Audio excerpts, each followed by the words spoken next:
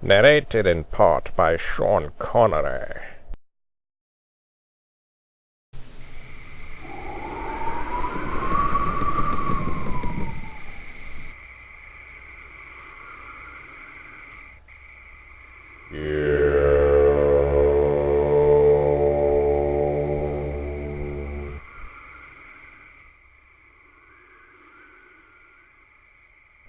Well, hey there.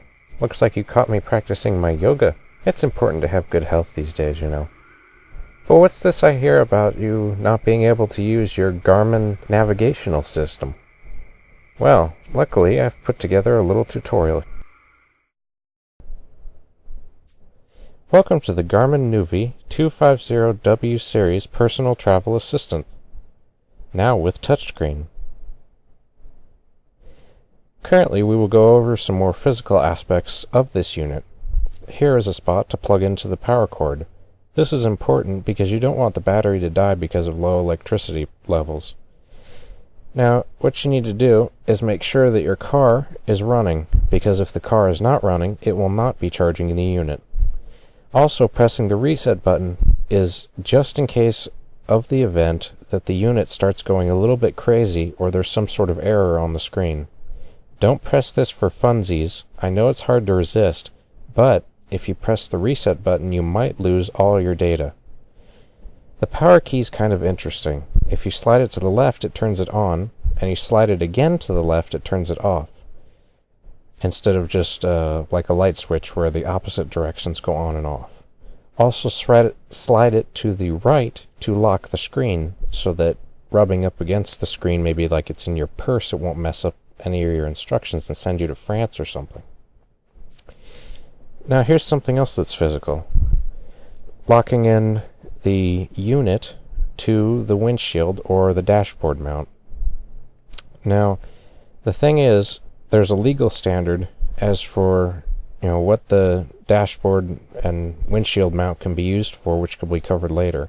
But the important thing to note is how to snap the Garmin into the holster so you can have it set in front of you by using the little arm here. It should snap comfortably into place, so don't force it or anything, because it's designed to just kind of click into place.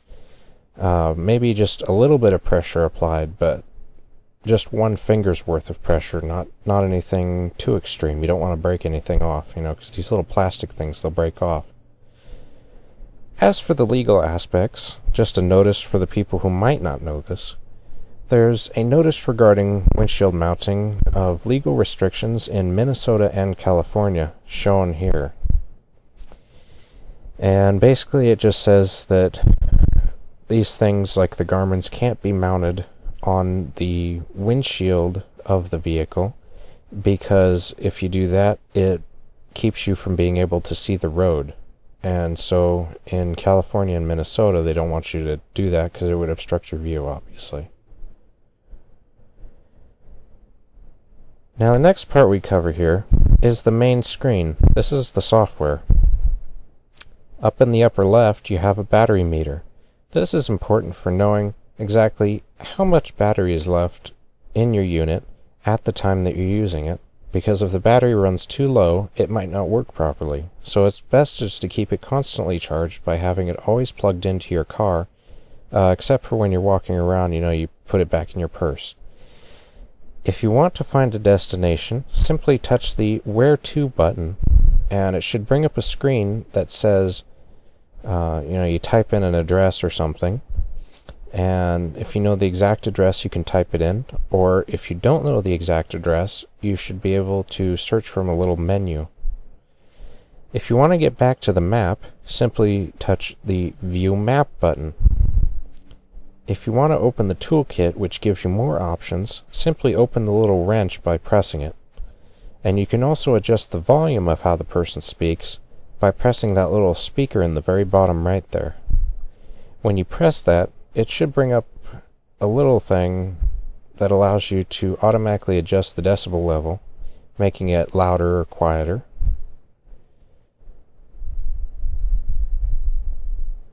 Now on to the main screen when you're driving. If you go look up at the top, there's that green horizontal bar, and you touch that, and it will allow you to open the turn list, which will give you a layout of written turn-by-turn instructions.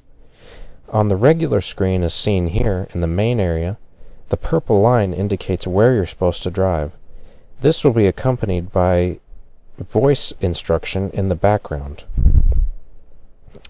In the upper left, there's a little minus sign.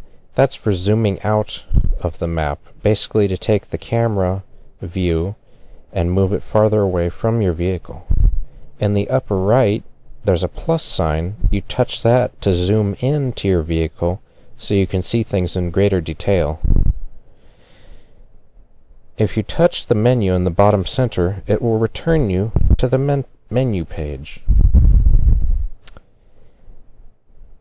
And if you touch the bottom left, it should show you a little trip information meter, which will tell you stuff about, miles per hour, average rate of this and that, and a little useful information here and there. Supposing you wanted to find a restaurant, you would simply touch Where To, and then touch Points of Interest, and then touch Food. You then select a category by pressing up and down to see more choices. Once you select a destination from the screen by touching it once, you then touch Go, and it should direct you to it. If you want to find an address of something, you touch Where To, touch Address, and then select the country or state or province, and then you touch the Spell City, and you type in the name of the city and the postal code, touch Done, and then select the city or postal code from the list of matches, the ones that match. Enter the number of the address that you want, and touch Done. Enter the street name, touch Done, and select the street in the list. Touch the address if necessary, and it should automatically start going.